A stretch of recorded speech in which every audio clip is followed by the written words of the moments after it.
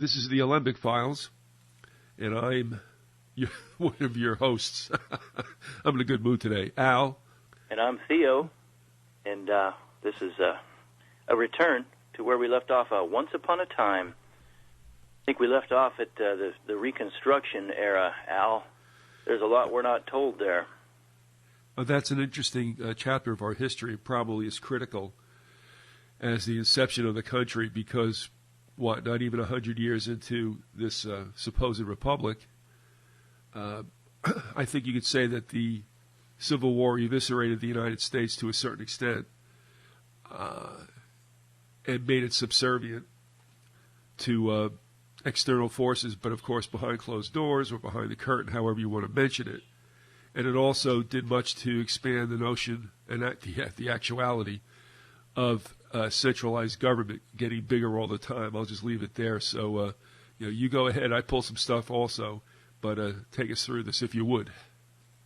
Well, I have before me the entire one of the two books by James Montgomery that are available online. This one is The United States is Still a British Colony. I have it before me. I printed it up off of a PDF file. And what I'm looking at right now is Chapter 1, Will the Real Government Please Stand Up? There is much he writes about it and documents actual history here about the Reformation and what exactly went on. One of the most fascinating things is reading the transcript of President Johnson, who, of course, he took over when Lincoln was assassinated. President Johnson gave an impassioned speech warning the Northern Rump Congress, who were taking over, warning them not to do this, that it would forever destroy the country, and that what you were trying to set up down in the southern states is a military dictatorship, and what was the title given of whoever the leader was, that military governor down there. He said that we are giving that person more power, more absolute despotic power than any monarch in Europe has wielded for the last over 500 years. And he goes, you got part of the transcript here. Montgomery doesn't provide it all. What he does provide is just, it's moving, it's stirring. Reading this, Johnson was really adamant, but they overrode him. And it's surreal to read this stuff. You almost wish that President Johnson, would have taken it to the street here if he really had some courage. I guess he didn't quite have that much courage. But this helps to shed light on why Andrew Johnson was almost impeached. Right. There was something, obviously, that was not setting well with even his own party. Let's remember something, too. We can talk about this later. We probably will. But Lincoln was not in favor with very many people. If there's ever, I think, the greatest similarity between Lincoln and Kennedy is that both presidents had uncountable enemies. And with Lincoln, his own people, his own party, didn't like him. And they were ticked off because he ended the war too quickly. And they were making money on it. There was a whole thriving business going on, which we'll get into some other time again. And it was making money for a lot of people on both sides of the Mason-Dixon line. So they considered, as you had said last time, Lincoln too conciliatory. And there were actually at one time 5 assassination/kidnapping plots against Lincoln. One of the plots hatched by, like I said, his own people. So, yeah, absolutely. And Johnson, of course, may have been also too conciliatory. And it goes just beyond making the money. Now, after the war is over, it's over. But do we want to stomp the piss out of the Southerners? I guess so. I mean, it really was, I think, an act of extreme meanness. I'm looking at. Let me read a bit here of what Johnson of what Montgomery writes here. Despite the fact, this is Montgomery writing now, despite the fact that the southern states had been functioning peacefully for 2 years, this is after the war concluded, and had been counted to secure the ratification of the 13th Amendment, Congress passed the Reconstruction Act, which provided for the military occupation of the 10 out of the 11 southern states. It excluded Tennessee from military occupation, and one must suspect it was because Tennessee had ratified the 14th Amendment on July 7th, 1866. The act, the Reconstruction Act, further disenfranchised practically all white voters and provided that no senator or congressman from the occupied states could be seated in Congress until a new constitution was adopted by each state, which would be approved by Congress, and that's part of Congress. The act further provided that each of the 10 states was required to ratify the proposed 14th Amendment, and the 14th Amendment must become a part of the Constitution of the United States before military occupancy would cease and the states be allowed to have seats in Congress. Once you deny a Republican form of government to one state, much less 10, then you deny it to them all. You have violated and therefore destroyed the 1780 Constitution contract. We've been under military rule ever since then. Correct. And but we should talk also about what was it about the 14th Amendment that was deemed so heinous that all of the southern states and 2 of the northern states, all the senators voted against it. They would not ratify it. Was that Jersey and Ohio? Yes. So those representatives were thrown out as well in the North. You know, as far as I know it, I don't get too extreme with this, but it would seem that the 2 key elements, and I don't have it in front of me, you might have the verbiage before you, but one, it really strengthened the idea of forget states' rights. That's not happening. That was very important that get through because, let's face it, they did not want any kind of secession again. And, of course, it never has been, and it never will be, by the way. So in that sense, it strengthened the idea of a centralized government. Again, this is something that wasn't desired at the formation of this country, but we got it anyway. Here again, it gets strengthened. And also, because what does it do? It makes states' citizenship subservient to you as a person, a citizen of the federal United States. Is that correct? Americans used to be citizens of their state first and then federal citizens second. Then it reversed it so that you're federal. You're federalized first, and then your state citizenship is subordinate to that. I'd like to give an example. It may seem a little bit pedestrian, but that'll turn out to be a pun as well. Take, for instance, people get all upset about the national ID card. And I guess we may get a card in addition to the other pieces of documentation that we carry on our person or are supposed to carry on our person to identify us. Now, we have had 2 national IDs. One is called your Social Security number. The other is your driver's license. And I'll give you an example. They talk about you as a person in the eyes of the incorporated government. If you take a look at your driver's license, your name is in all caps. That's the other persona, I guess we could say, that you referred to the other day, that there are really 2 of you. There's a flesh and blood you, and there is the person, which is, if you want to say, an employee and a slave of the incorporation known as the United States of America. But what I was getting to is that you have a license that's issued by a state. Now, I've had 7 licenses, one from 7 different states. The number that I was issued upon my first driver's license in New Jersey is the same number I have now in Florida. And it was the same number I had in Iowa and Michigan and Pennsylvania and Maryland and Vermont. So the thing is, you think it's a state document in a sense, and it's issued by the state, no doubt. But it is a federal document, and that does give you the privilege to drive, if you want to, outside the state and on federal roads. On the King's highways. Exactly. Now, the other thing about the 14th Amendment I want to get to also, and this becomes, I guess, more pivotal as time goes on, and that is it has that clause about not aiding rebels.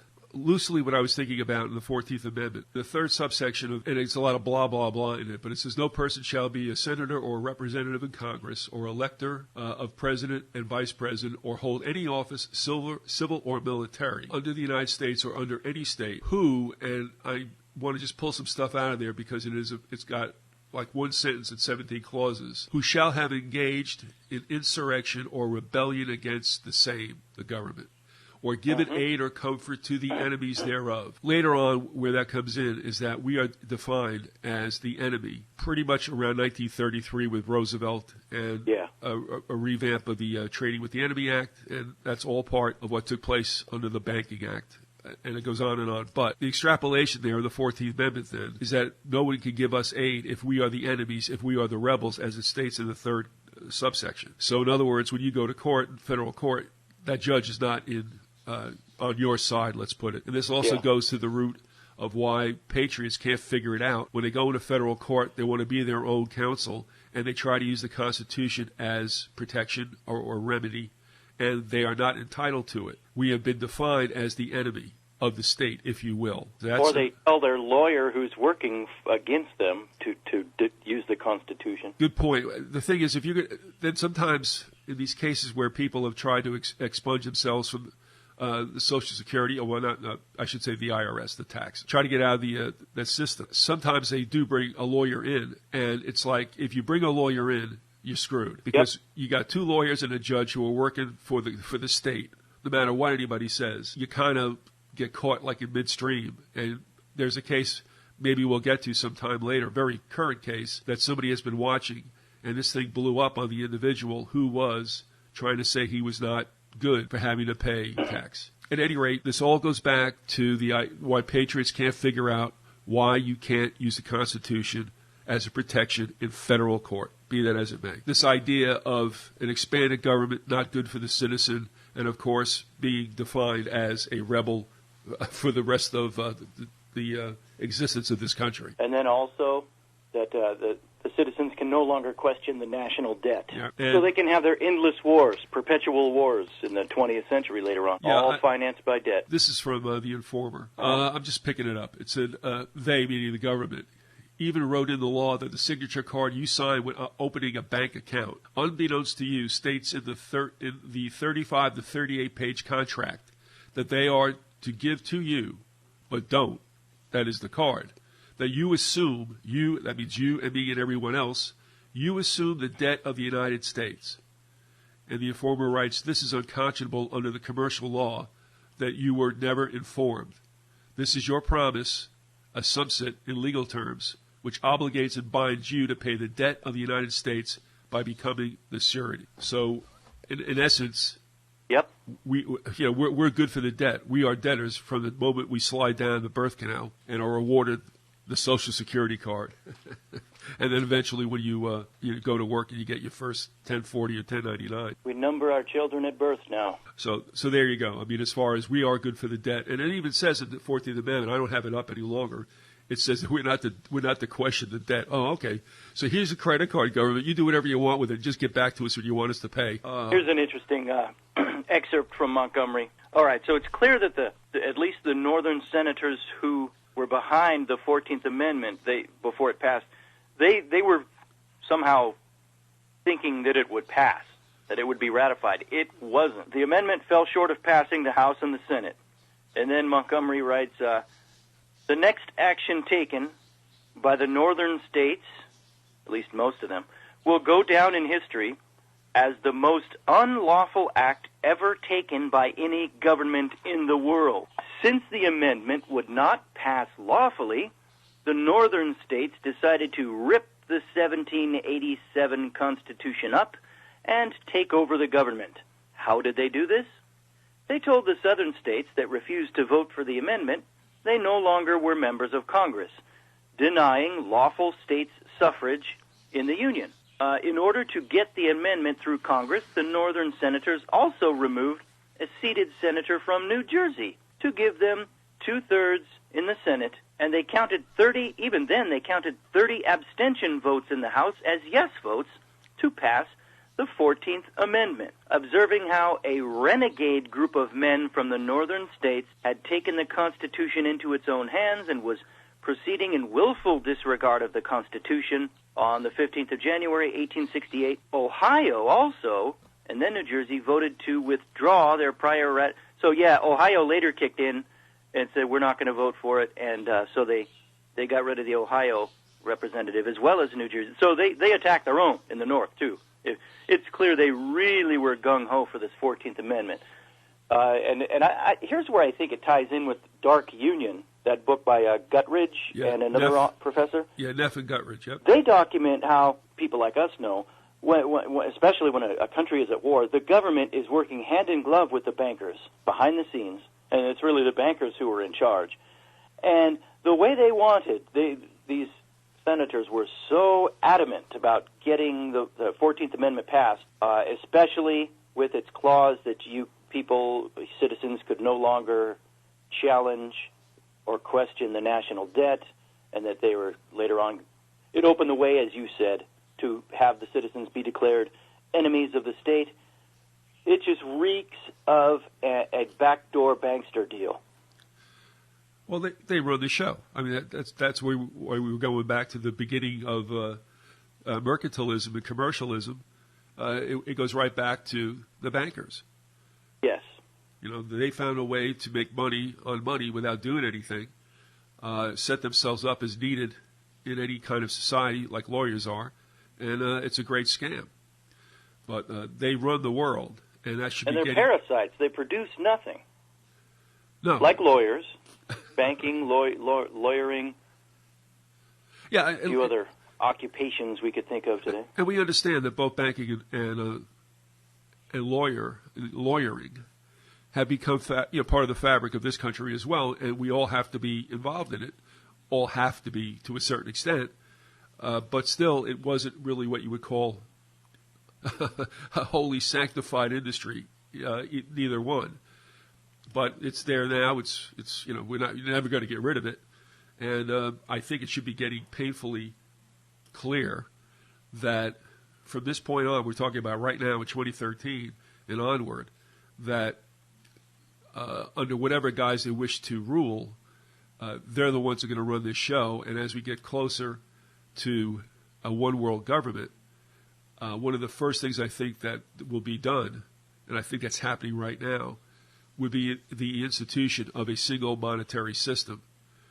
Is that good or bad or indifferent? I don't know. I mean, there's certainly no more promise or chance in it for any of us, but that would be the first tying element to unite all nations under a one-world government. That's after we get into regionalism with the unions that are springing up as we speak.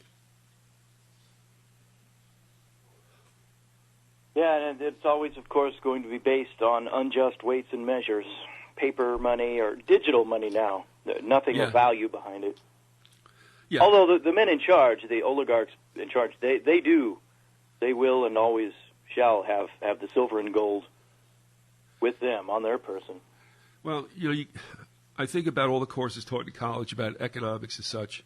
Yeah, I know where you're going. I know, and I have to laugh. I mean, it's been a rigged deal from the beginning. Now, it's been good for a lot of countries and a lot of employees thereof, but it's this bit about Keynesian economics or the London School or this and that. Give it a rest. It's been a planned economy from the very beginning. It just you can throw all that out in one sentence. All those college courses you just referred to, throw them out and again sum it up in the one sentence: "He who has the gold makes the rules."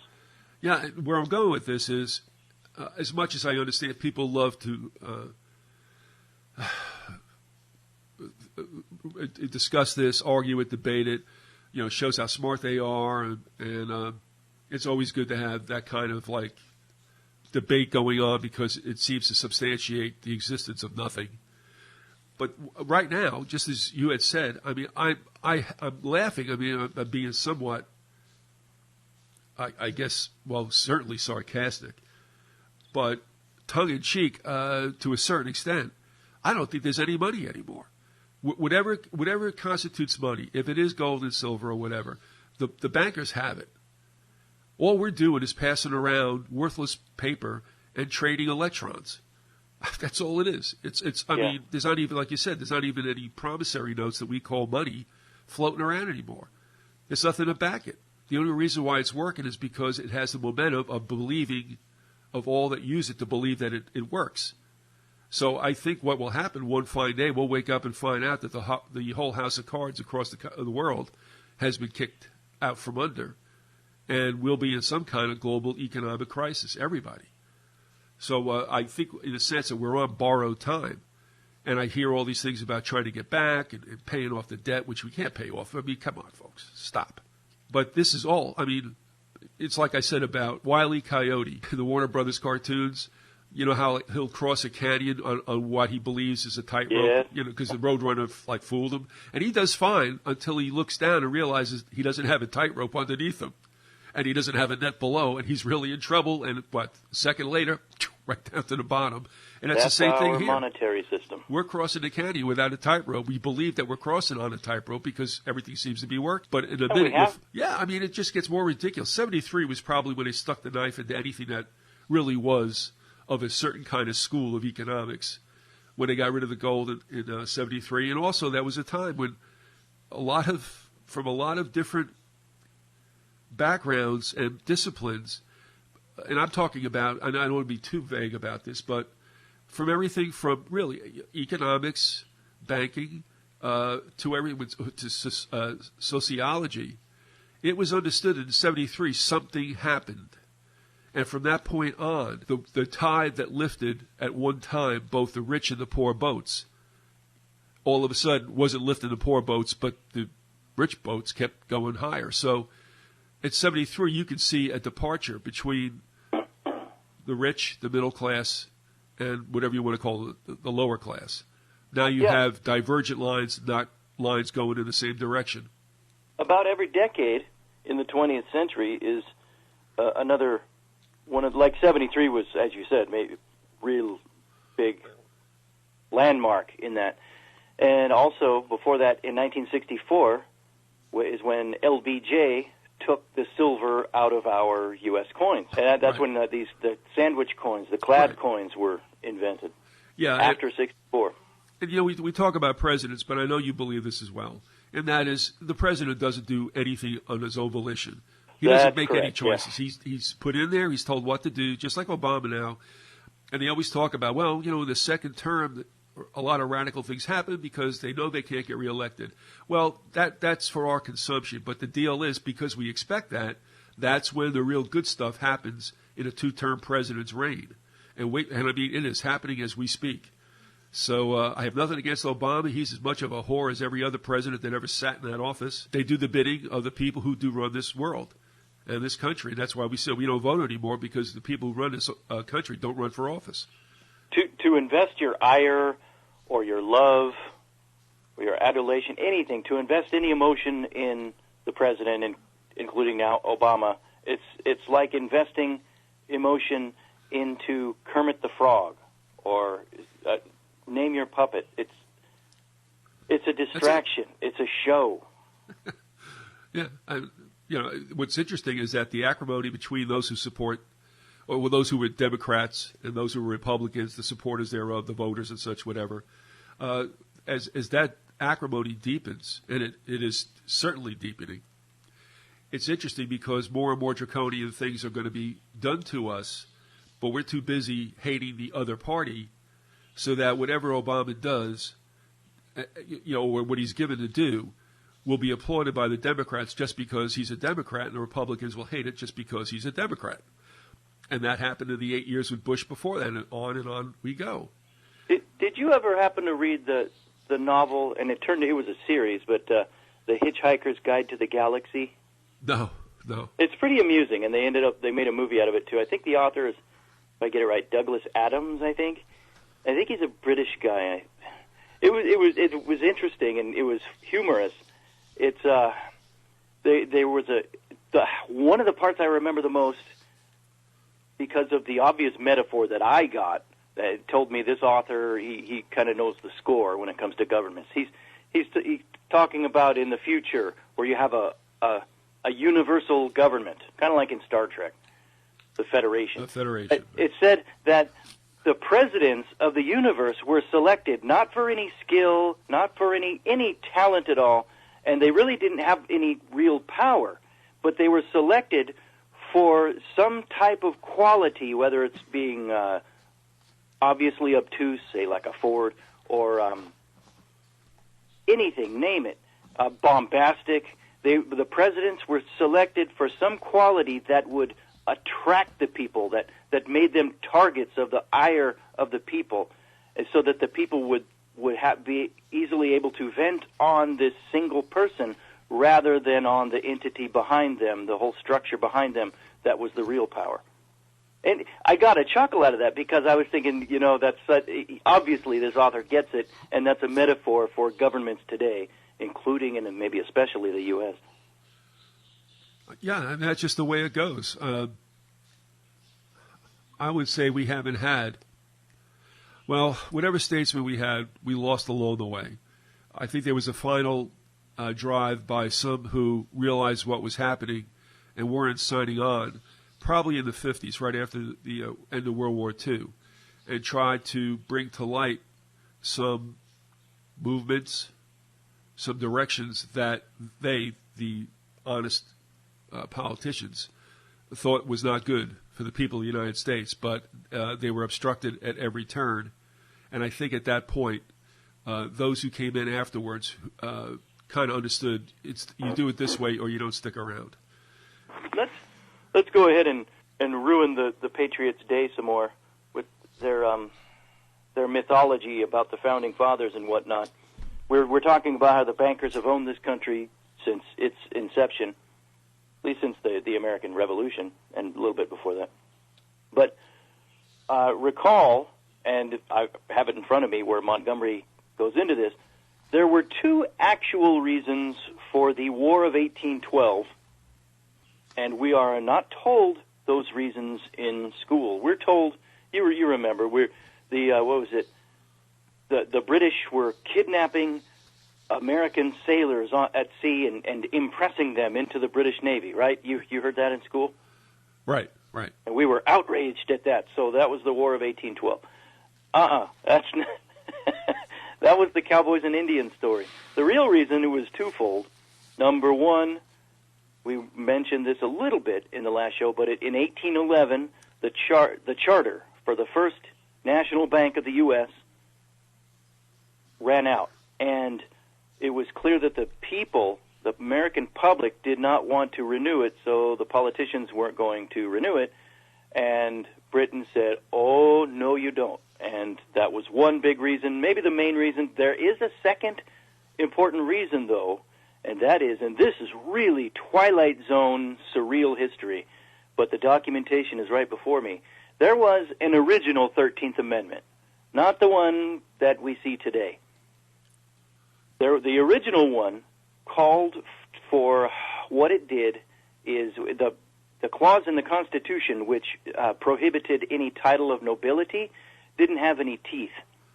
There was no, if somebody did try to take part in our government who had a title of nobility, there was really no penalty for that, though. Right, so the original 13th Amendment put some actual teeth in that, and as Montgomery writes, when you're a lawyer, ultimately you are an esquire, which is a lower-ranking nobility in Britain, and so you couldn't be a lawyer and be part of Congress in America. Right. To put that straight line, what Theo's referring to is that if you held the title of nobility, you couldn't participate in government. And the lawyers, at least the upper echelon of lawyers, are tied into the British bar. The lower and middle ranked lawyers don't know this, but the upper ones do. And they are beholden to Britain. And this would have prevented them from taking part in the government and aiding and abetting the fleecing of the American people with the national bank. And Britain was not about to allow this. And so isn't it funny what you saw in that war? The British troops come in, invade D.C., and they burn down the Capitol building, and James and Dolly Madison have to flee for their lives. And And then after the Brits burn the building and burn the documents, the information, then they just leave. When do you see in warfare an invading army capture the opponent's capital city and just let it go like that? There was obviously something else going on. I mean, you think when Napoleon invaded Moscow, if he actually took Moscow, or Hitler, were they just going to give it up? It depends what the script said. Yeah, exactly. I mean, and in those two cases, why in the world do you guys go to Russia to fight in the winter? Not a good idea. But anyway, that's another thing. The War of 1812 is so multifaceted, and we have so little public information on exactly what it was all about. And I'll tell you, there were a lot of funky things going on at that time as well. I remember seeing a Canadian History Channel version. Yeah, and I mean, William Henry Harrison was leading troops into Canada, or at least with the idea that they would grab all the land between Detroit and Buffalo. Twice they tried it. Yeah, and so here we are, getting all upset about any kind of impingements upon our liberty, so to speak. But when we go off and try to be imperialistic someplace else, no, that's okay. We're supposed to do that. I mean, and we got our butts kicked both times. Yeah, because what it would have done is it would have given us obviously sole possession of a number of the Great Lakes, and we had that land bridge between Detroit and Buffalo. Where if things had gone differently back then, you wouldn't have to go through Canada. You wouldn't be on the Queen Elizabeth. You'd be like on like 105 or something. I don't know. I remember it was about 15 years ago or more. I happened to be watching some TV talk show, or just a little bit of it. And one of the guests was Mike Myers, who's the comedian from, I don't know, he's done a lot. Well, he was on Saturday Night Live, and he has, Wayne's World. And he's Canadian, too. He's a Canadian guy, and the host happened to jive him a little, give him a little joke about Canadians, the backward Canadians. And Mike Myers, this is before I knew real history, Mike Myers gave this quip like, yeah, well, we kicked your guys' butt, if you recall. And I'm thinking, at the time, what's he talking about? They kicked our butt when? I knew about, Benedict Arnold and the American Revolution. I said, okay, is he talking about that? No. He was talking about the two times William Henry Harrison got smacked down in 1812 when America used the War of 1812 as a pretext to get aggressive and add to their territory.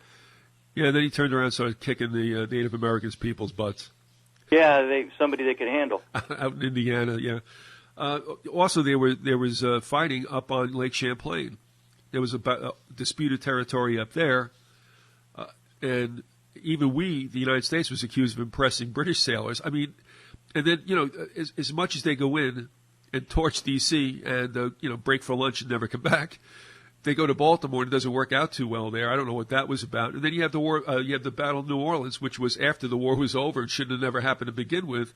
The whole thing But Al, that is the battle that gets stressed in American history textbooks. They don't talk about the Canadian part, what our shameful action in that. They just talk about the Battle of New Orleans, which was irrelevant. And I can't speak to it now, but I just find it interesting. I mean, you could spend years on the War of 1812, but there was something going on down there with the Battle of New Orleans and everything with regard to slave trade. So that's another whole thing. But the point is, and I think this happened in our formative years. Okay, so we become what? We're all right now. We're recognized as a country in around 87, I guess. They threw out the Well, that's when the Constitution was finished. 1783 is when that Treaty of Peace was dictated by King George. And then we operated under the Articles of Confederation, and actually, I guess it was James Hansen was de facto president under that law of the land. Then the Constitution came in and kicked out the Articles of Confederation. But what happens is, whenever we were getting too big for our britches, it seems we got a bit of a kick to the butt to put us back online, and that happened in 1812. and of course in the Civil War. And I think after the Civil War, it was understood what our role was, and not to act up like that anymore. And we did. And within 40 years, we wind up with this like pan global fighting force that Theodore Roosevelt was told to show off, and now we become fighters from that point on. And as I said before, now our run is coming to an end, as all runs do. No country believes it's ever going to lose. I guess that's the way that France felt about Napoleon, Germany felt about Hitler, but it does come to an end, and ours is certainly headed in that direction. We've had it good, but that day is over with, and the return to yesterday is not going to happen. I suppose that's the other thing, that all countries and all armies think of themselves. They all think that God is on our side, and they all think that we can't lose because of that. That's true. Yeah, I mean, all we're saying here is, look, we've had it decent. We admit that, okay, there are a lot of people as individuals and as racial groups or ethnic groups who have not had it all that great throughout the history of our country. But be that as it may, we are a republic, and republics don't last forever. In fact, they have about a 200-year, I guess, average lifespan, and then it doesn't work anymore. Whether that's done deliberately, and I think it is, or if it just happens because it's in the human, gene pool, then well, if you look at the Reconstruction, ours only lasted less than a century. How do you mean that? It's been over contractually since that Reconstruction era. What's been over? The Republic. Because as Montgomery writes, once you deny a Republican form of government to some states, you deny it for them all. We've been under military rule since the Reconstruction. That is true. Yeah, there was a redistricting again, as the informer and I had talked about, when they made the military districts out of the South. They actually did it to all states from that point on and forever. So again, like we said, we have a parallel universe where you have the United States as we see them on a map, the contiguous 48 states in Hawaii and Alaska, and then we have the districts. This is where we get district courts today. Yes. So again, there's two Americas in a sense. There could even be more if you want to get down to it. But actually, I mean, without getting too crazy, there are two Americas, or two United States of Americas, and there's two of us. Each of us have two personas. And I don't want to get caught up with that. I had noticed early last year, I kind of became aware of a lot of people who are all into this and the legality of it, which to me, it's like reading a phone book. I could care less, but that's the devils are in the details. It's true. And I just don't want to, my point when we did stuff in years gone by, it was like, look, let's get the reality of the United States and what we're dealing with. We are not always the good guys. This is not going to be a happy ending. And we have been propagandized since we could read and enter school. That's all I'm saying. It's just the way of the world, which is why I love that poem from Robinson Jeffers called Be Angry at the Sun. He wrote that in 1944, and he just shrugged his shoulders and said, hey, look, every empire takes its turn on the wheel. They rise and they fall. And that it's going to happen here. If you're going to be angry at that, then be angry at the sun. Meaning what? Don't waste your breath. It's just the way it is. And we don't realize we're in that stage now. But it's not going to be a happy ride from here on out. I'm not going to put a figure on whether it's going to be 10 years, 20, 30, or whatever. But whatever we thought we had, in essence, is certainly not coming back again.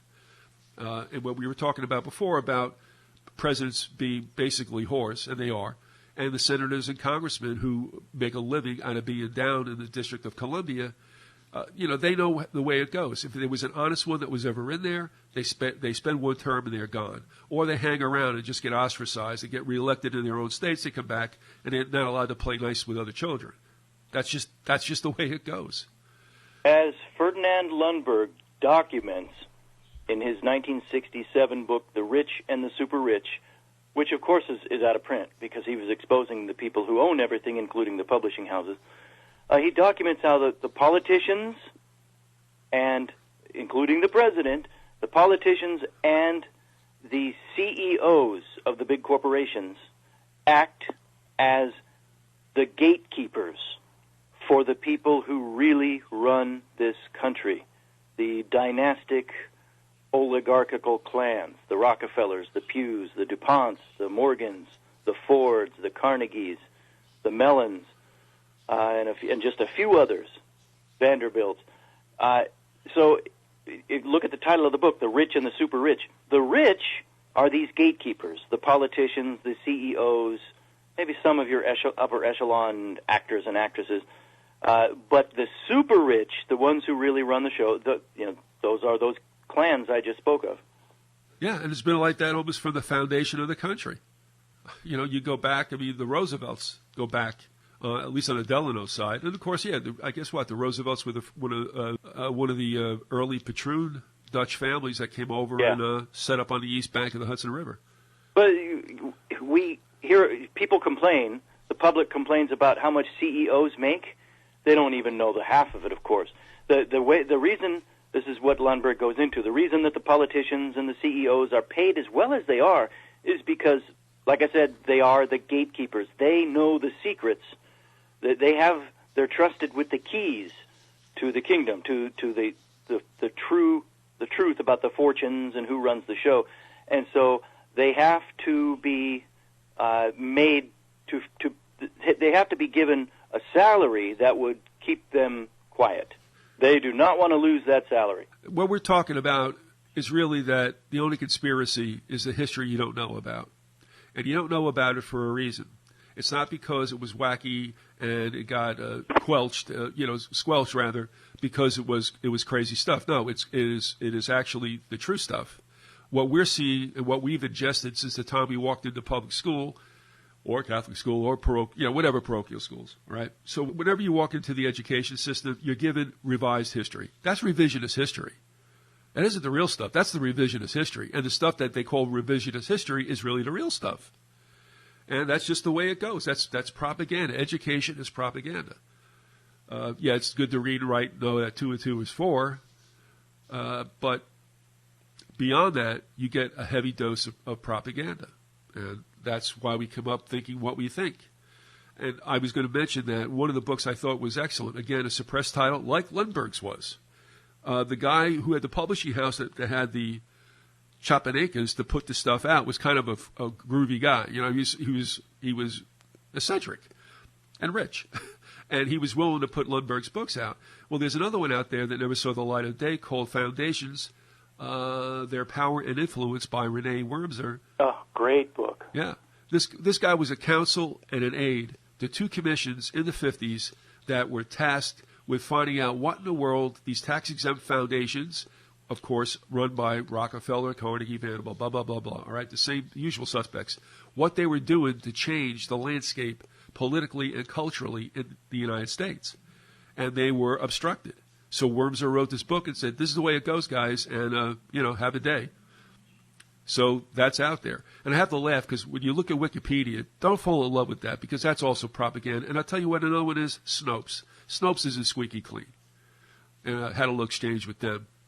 But at any rate, when you go to Wikipedia about Renee Wormser or whatever, or the Cox or the Reese commissions, that's what we're talking about.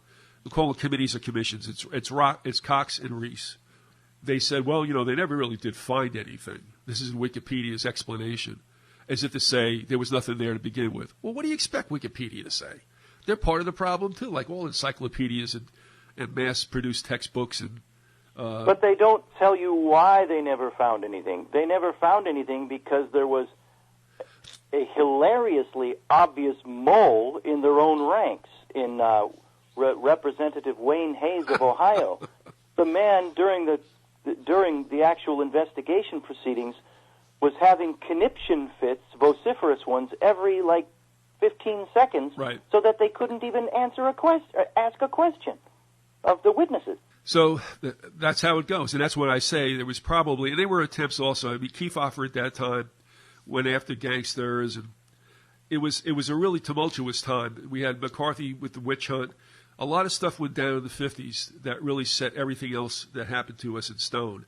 But I also believe that a lot of what we would call good people who really have an idea of government, good government, just more or less found out, like Wormser did and like others did, that there's no way, an honest man can make it or an honest woman can make it down here in D.C.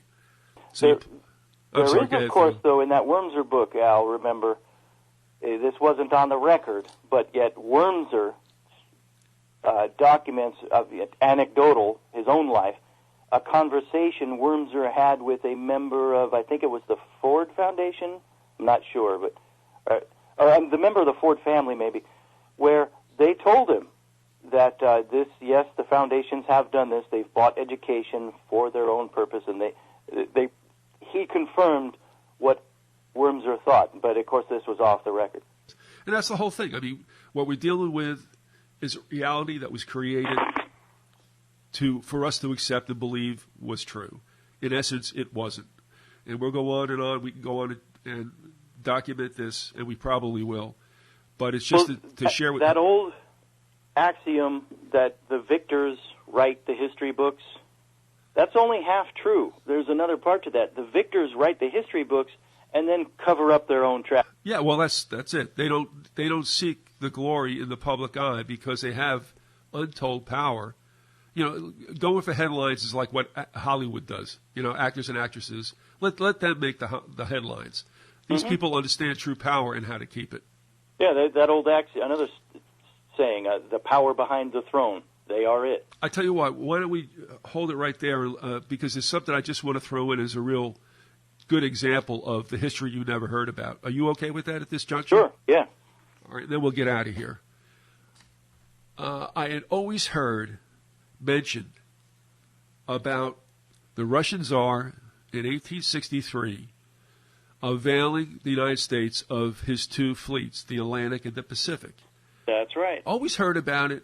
Sounded right. Sounded could be that could be the case, but I never really found anything until about 2 years ago. You certainly don't hear about this in any history book, from grade 1 through college. And I had always kind of wanted to, get my hands on it. And finally, one day I did. And this is, again, what we're saying about the only conspiracy is the history you don't know about. It started with this one magazine. I'm not going to go through the whole thing. Maybe I'll make the PDF available, and if people want it, I'll send it to them. But it happened from where I got the first inkling that it was true from a quarterly out your way on the Ludi Coast. It was published in the California Historical Society Quarterly. And the title of it is Welcome to the Tsar's Fleet. The subtitle, An Incident of Civil War Days in San Francisco. And it goes on with this story about the Russians bringing their ships off New York City and off San Francisco Bay. And the Russians came in and were really hailed as guests or heroes or whatever, or somewhat of, I guess, allies. And here's the deal. You have to remember that Russia got a bloody nose in the Crimea War, when Britain and France, I believe, for the first time, were allies, and pretty much kicked the Tsar in the rear end in the Russian military. Well, I'm sure they were smarting about that. Now, here's where it goes. There was a moment, probably around 63 or so. That was a very key period in the Civil War. Lincoln's change of heart that got him killed later on, as evidenced in his speech at Gettysburg. But you had the British in Canada poised to invade the United States. You had the French in Mexico poised to invade the United States. We were shaky. We were on wobbly legs because of the Civil War. And it was a thought that the two countries would come in and, of course, share the spoils, perhaps. So Lincoln, understanding the situation he was in. Now, the beauty piece, the story they give for public consumption is that those ships came over to aid, and this is true also, the Union fleet from being harassed very effectively by Southern ships. And what they were doing was the Southern ships were faster, smaller, and able to hassle the bigger ships that the Union had and disrupt trade and other things. So that was true. Yep. But also, it was because of this threat on both our borders. And it would make sense because at the time, Russia was willing, or it said so at least publicly, that they wanted to get their ships out of Russian ports, I guess especially before the freeze, because they were at it with Britain still, and they were afraid that Britain would come in and scuttle their fleets while they were in port. Landlock, right. Bottle them up in the harbor. Yeah, because the Crimean War was, I guess, pretty much over the fact that the Russians wanted a warm weather port from the Black Sea into the Mediterranean through the Straits of the Bosporus and the Dardanelles, I believe it is. Okay. And the Brits had bottled their ships up in that war. So they're willing to have another fight. So they came over, and I forget how long they spent, but it says this in the article. I'm not going to read it. I'll see if I can get a date on this. What you're getting at, one thing you're getting at, right, Al, is that we almost had World War I almost happened in 1863. Well, they took the squabble from Eurasia and brought it over here. The quarterly was released. That issue was published in March of 1947, and it goes through this whole thing. I mean, this is hilarious. In New York City, they gave the Russians a parade down Fifth Avenue. I mean, it doesn't get more conspicuous than that. Yeah. Now, here's what I did to just see if that were really true. They helped put out a fire in San Francisco. Yeah, they helped put out sailors. Right, and so there were some injuries amongst the Russians. Yeah, definitely. What I'm looking for here is if I have it. Oh, I got it. This is great, folks. There is a source, an information source. The link is Chronicling America. ChroniclingAmerica.loc.gov, and you can go in there and you can go back into archived newspapers. They don't have the New York Times because they have their own. But I mean, you can go into. And I'm doing this here. I wanted to find out whether or not if I could find that episode in American history in a not a New York, but a U.S. paper. So since one of the cities involved was New York, I looked up the New York Tribune. Let's see. New York Daily Tribune, Friday, October 2nd, 1863. All right? And here on a front page story says, and this is what they call the tombstone headlines. We have one column and you have a number of headlines. They've gone back to that a little bit nowadays. So in this particular article, they have like 1, 2, 3, 4, 5, what they call decks. And these are the headlines. Our Russian guests, second headline, hospitalities of the city extended to them. Third, grand military and civic parade. Fourth, review in the City Hall Park. Fifth, reception at the governor's room. Excuse me, and there is a sixth. Speeches of Mayor Updike and Admiral Lasovsky. And the New York Tribune, and all during that period in October, and for the time that they stayed, there are stories about the Russians being here, and we have never even sniffed a scent of that in any of our educational academic textbooks. That's amazing, isn't it? You got to love that one. Whitewashed, erased history. That's what I'm saying. Now, what is the problem about putting that episode into our history books? Is that because post-World War II we were supposed to hate the Russians and we could never know that they were our allies? All right. But what I'll do is I'll end with this. We'll get out of here. There was a toast at this gala that they threw for the Russian Navy, and Lasovsky gives this toast to Lincoln. The man to whom you have entrusted in the moment of your difficulty the future of your country, and the man who enjoys the enviable fame which every man must, that of being an honest man. And they clicked their glasses and they toasted Lincoln. That's amazing stuff. So go to that website, chroniclingamerica.loc.gov. Oh, by the way, I'm just looking around now for some of the papers and the stories they give out about both Buchanan's attempted assassination, that would be James Buchanan before Lincoln, and McKinley's assassination. Another erased history episode. Well, I'm telling you, you can see what always happens, whether it's 9/11 or whatever. the very first reportage is probably the most accurate. And then the spin meisters come in afterwards and start giving out the story that everybody's to ingest for public consumption. So I was just looking at McKinley, and it's the three stories it had. This was 2 days after he was shot. He didn't die right away. It said McKinley's signs are good, everything's favorable, he's going to pull through. 3 days later, he died. Also, they were saying that the lone gunman, Shulgash, had an accomplice. Where have we heard that before? And then there's a third story. This is the best.